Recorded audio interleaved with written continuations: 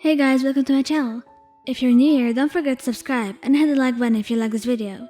With that, let's get into it. Sitting on the kitchen table, your chin rested on the dark wood that had been cleaned 10 hours ago from dinner that you didn't take part in. Your bare arms resting on either side of your head as you stared blankly at the salt shaker. This week had been exceptionally hard on you. From the screams of your parents due to low test scores, and for the lack of progression in your work, and from the harsh words you received from what seemed to be everyone, you had sunken into a deep hole of sadness that has seemed to make you numb. You weren't at the bottom of the class by any means, but the expectations you held over yourself seemed to be doing more harm than good. You weren't thinking about anything else for once. Your mind was void of the self-degradation when your ears picked up at the sound of someone walking in the common area, not knowing who would be awake at 3 in the morning, but you were surprised to see Bakugou as you turned your head to look. "What are you doing awake, dumbass?" His voice wasn't its usual self. No, his voice was deep and gruff. After not using it for a while, he had just woken up, it seemed. "I couldn't get any sleep." Your voice was almost the same after sitting silent for so long. Embarrassment tinted at the tips of your ears as you cleared your windpipe. Bakugou didn't seem to notice as you walked past you tiredly, rubbing the sleep out his eyes. You watched intently as he filled a glass of water before clearing his parched throat, watching his Adam's apple move up and down as a drop escaped the corner of his mouth and ran down his cheek to nestle in the space in between his jaw and earlobe. Feeling your gaze digging into him, he looked over at you at the same time he took the glass away from his lips. "You got a problem?" The back of his hand came out to wipe his mouth with the liquid, tugging his bottom lip. Biting the inside of your cheek, you set your head back down on the table, facing away from him, your mind not so quiet anymore, as worry set through you. "Oi!" The snide growl in his tone returned quickly as his question went unanswered. But he wasn't going to let it stay that way. Bare feet sounded on the tile as he neared you, while his hand gripped the back of the chair you occupied. You felt like prey under his cold glare as he opened his mouth to utter his anger. Another noise sounded, one that wasn't as sweet, and devious Bakugou's voice dipped in fatigue. Steadily, your arms covered your head tightly, wishing you would just simply disappear, after your stomach had just announced to Bakugou how neglected it had been. Standing to his full height, once again, a groan escaped his throat. "Dumbass, you didn't eat?" Maybe it was your imagination, but he swore he sounded more worried than pissed. He had left your side, leaving you alone in the dining room as he returned to the kitchen, the corner of your eye catching a glimpse of the light that illuminated the space on the fridge. Plastic containers were brought out as pans clinked together. Sitting up like a dog hearing a car horn, your gaze darted over to him. "What are you doing?" Your words came out quicker than you wanted, and unlike you, Bakugou answered, "Don't act stupid. Isn't it obvious?" But he had been showing that he does nightly care for his classmates, right? Was that all you were, though? Just another classmate? Were you not good enough for him either? Of course you weren't. This is Bakugou Katsuki we're talking about. How could... Why, Anne, his voice was now in front of you, across the dining room table, while he slid a plate over to you. "What's going on with you?" Again, concern clouded his words, as you stared down at the meal with shock in your eyes. "I'm fine, Bakugo." The sharp intake of breath that grazed his teeth told you saw past your lie. "Really? That explains why you stay up every night and not eat dinner. You're not even doing that hairstyle anymore that you always do. Something's up." Looking up, a blush heated your cheeks. "You noticed all of that?" He simply rolled his eyes. "Of course I did, idiot. We're classmates, aren't we?" The air caught in your throat for only a brief moment, but long enough to feel embarrassed of your other thoughts. "Yeah." The food was prepared so delicately, you thought it would be a shame to eat it and ruin its beauty, but an annoying statement from Bakugo told you to hurry up.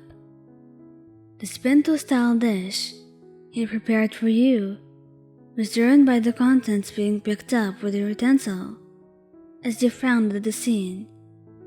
When the food hit your tongue, a wave of emotions washed over you. It was amazing, but why was it making you cry? "Hey, what the hell are you crying about? Is there something wrong with the dish? It was perfect when I set it down." So there's... He stopped a short tangent when he saw you shake your hand. Your non-dominant hand covered one eye like you were trying to suppress your tears. "It's delicious." Your broken voice whimpered as your shoulders shook. This is the last thing you wanted. You didn't want Bakugo to think you were weak, like you thought you were. Dropping your fork, you chimed against the plate, and tears rushed out your eyes as you tried to chew your food before covering your face. Bakugo, who had no idea you were doing this bad, was shocked at your current state. "Why, Anne?" Your name dripped off his tongue soothingly as you stood up from his seat and made his way by your side. Squatting down, one hand easily turned your chair, giving him an easier view to look up at you. His hand came and rested on top of your knees, the warmth of his palms seeping through you. "Why, Anne?" he repeated himself. "Talk to me. What's going on?" Shaking your hand, the food in your mouth was finally pushed down, and you tried to smile. "Sorry." Your sound was barely above a whisper. "I'm just tired." A lie slipped past your teeth, but you couldn't even think about where to begin. Every inconvenience seemed to dwindle your happiness farther and further. When your tears had finally decided to cease, and you opened your eyes, you found that your lashes were heavy, and Bakugo was, to your surprise, still there. His face didn't hold any emotion in particular, but somehow, you read that he was patient. "Can you tell me now?" Your gaze became fixated on the wall across the room that had suddenly become interesting, while a shaky breath filled your lungs. "I just feel like I'm slipping up too much. My parents told me loud and clear that I am, after the last test that we had. I still haven't gained any more control over my quirk, and I'm just so confused on what to do." One of his brows cocked upwards, like your issues were barely anything to worry about. "So what?" Your eyes grew wider as you watched him stand upright. "You missed up in one test, and your quirk hasn't grown over the few months we've been here. Does that change anything?" Your hesitant look told him you didn't understand what he meant. "You still want to be a hero, right?" His stare no longer fixated on you as you found something else that caught his eye. "You work your ass off all the time. Give yourself a damn break. You're too hard on yourself." It was odd, hearing the sexy cues he gave you, knowing he would never go the same to himself, or anyone else for that matter. Why? That's not something you would recommend to anyone. So why are you telling me to do that? His eyes found yours in the dim light that soaked the dining room. Because you're acting like an idiot. Not even taking care of yourself, let alone letting your body have a decent meal. Am I going to have to take care of you? His statement had seemed to shock the both of you, but he wasn't going to let you question him. Hurry up and eat. He wandered off, but stayed on the first floor, waiting for you. Each bite you took, top the last, it really was the best meal you had had in a while, and you couldn't be more thankful for it, even if you didn't speak much. His presence had seemed to wash over you while you felt all the bad thoughts living in fear at the sight of him. So when you had walked you back to your room that was on the same floor as him, you grew worried. Fingertips dug softly at your arms. Small scratches marking your skin as another hand slapped yours away. Stop doing that. What's wrong now? You didn't want to bother him, but you also didn't want to be alone with your thoughts again. Motioning towards your door, you found it to be a struggle to find your words. I just don't want to be by myself. Crossing your arms, you only looked back at him when you noticed his arms raising above his head before his sweatshirt was drawn over your face. You can wear that. Leave your arms alone. You were engulfed in the crisp smell of his cologne as you tried not to seem so eager to put it on. The warmth of his body still woven into the fabric as it now embraced your own. Thank you. Hugging your arms together, you gave him a genuine smile, the first one all night. Grabbing the hood, he pulled it over your eyes and tightened the strings securing the hood around your face. Yeah, just don't draw on it, alright? Playfully pushing his shoulder, you quickly removed the hood, but he was already a few steps away. Now go to bed.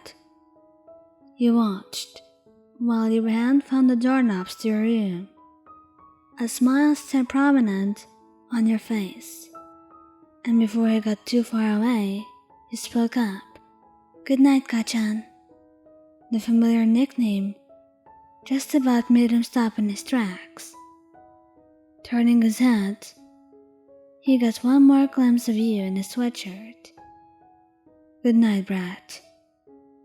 As you lay in your bed, hugging the fabric as tightly as possible, one thought found you. He was never getting the sweatshirt back. Thank you guys for listening. Don't forget to like, subscribe, and comment. I hope you enjoyed listening to this as much as I did making it. Anyway, goodbye.